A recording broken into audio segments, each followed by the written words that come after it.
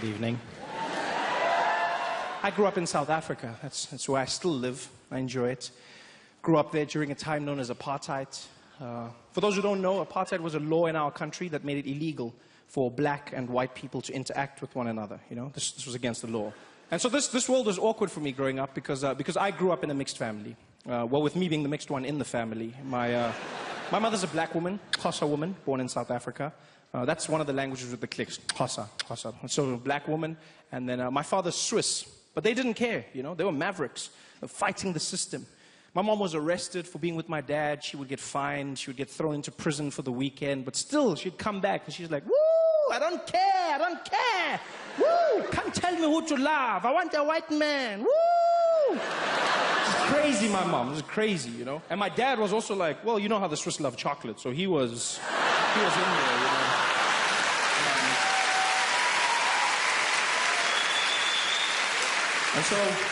And so they got together, and they had me, which was illegal. So I was born a crime, which is something I don't think they ever thought through, because as a family, we couldn't live together, you know? Like in the streets, we couldn't even be seen together.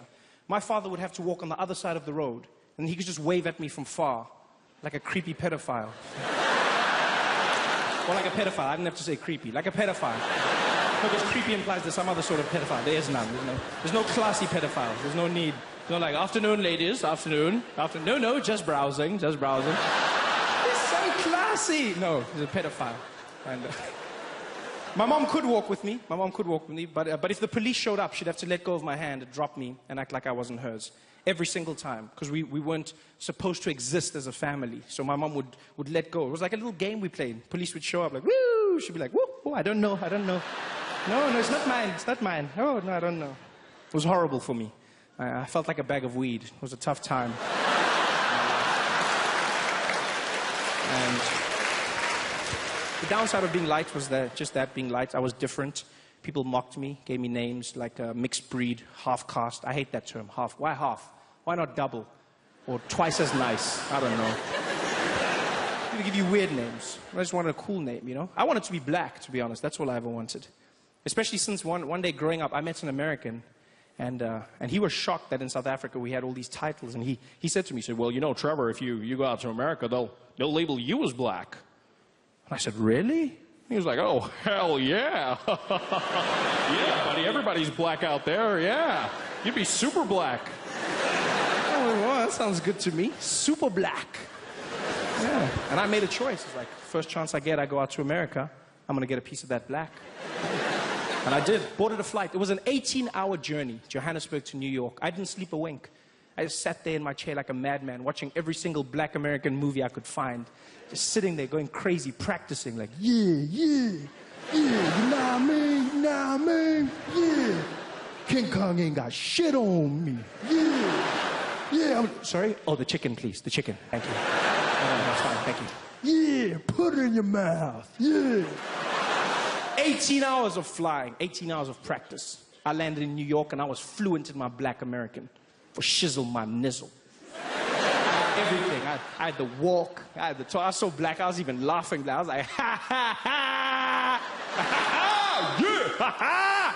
Oh, my man. Oh, this you? Ha, ha. That for me is the coolest thing in the world. Black Americans are so cool and confident. They'll make you feel good about yourself just by asking if you are you. It's magic. They just walk up to me like, hey, yo, this you? This you? No, for real, man, this you? And you'll be like, yeah, I think it is, yeah.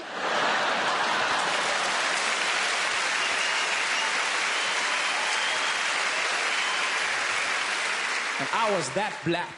I was super black. I was loving it. Until this guy walked up to me. I don't know it. Didn't even know me. Tapped me on the shoulder in the airport. He's like, ¿Qué? Paisano, ¿qué pasó, güey? Que la lo quiero de que si no, que la lo eros, ¿no? Ya llegamos, papi, ya llegamos. I said, what? You talking to me? He said, yeah, I'm talking to you, man.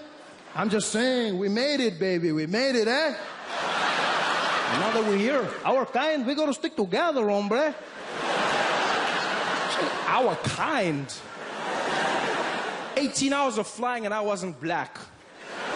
I was Mexican.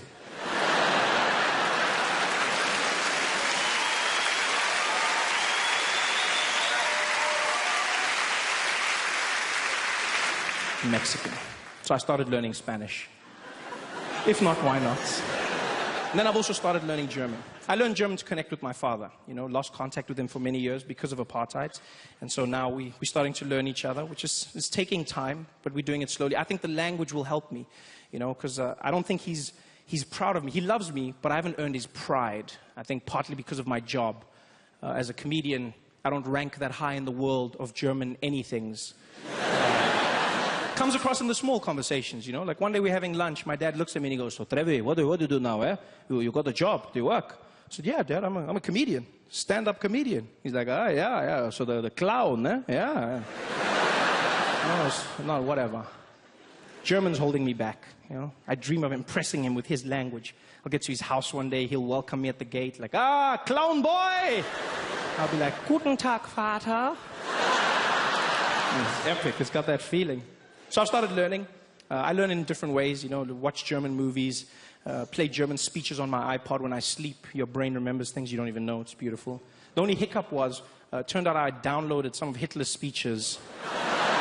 It's not like Google warned me, don't judge me. Google wasn't like, "Oh, not those ones." No, it just let me download everything. And so I learned some of his nuances, not his philosophies. It's just, I've been told that when I speak German, sometimes I sound distinctly Hitlerish. Which I found out in Germany, which is not the best place to find out that you've got Hitler vibes. Would have rather found out at home. And it was actually, it's funny now, not so much then. I was in Cologne, Germany, beautiful area. I'll never forget, I was walking around and I went into like a little sandwich shop, you know, like one of those Subways where you make your own sandwich. And I walked in, the woman was really nice to me. She was like, "Guten Tag, kann ich Ihnen helfen?" And I looked at her and I thought, confidence, Trevor, confidence. I said, "Guten Tag! Ich will ein klein Brotchen haben, bitte schön!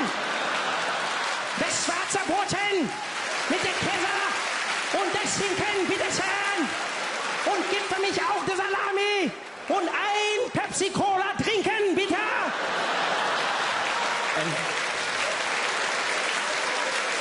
And she shut herself. I'll never forget the look in her face. She went pale. She looked me straight in the eye and she said, "Der schwarze Hitler!" Which means the black Hitler. I was so happy. Yeah, because she said Hitler, but at least she said I was black. You guys have been fantastic. Thanks for having me.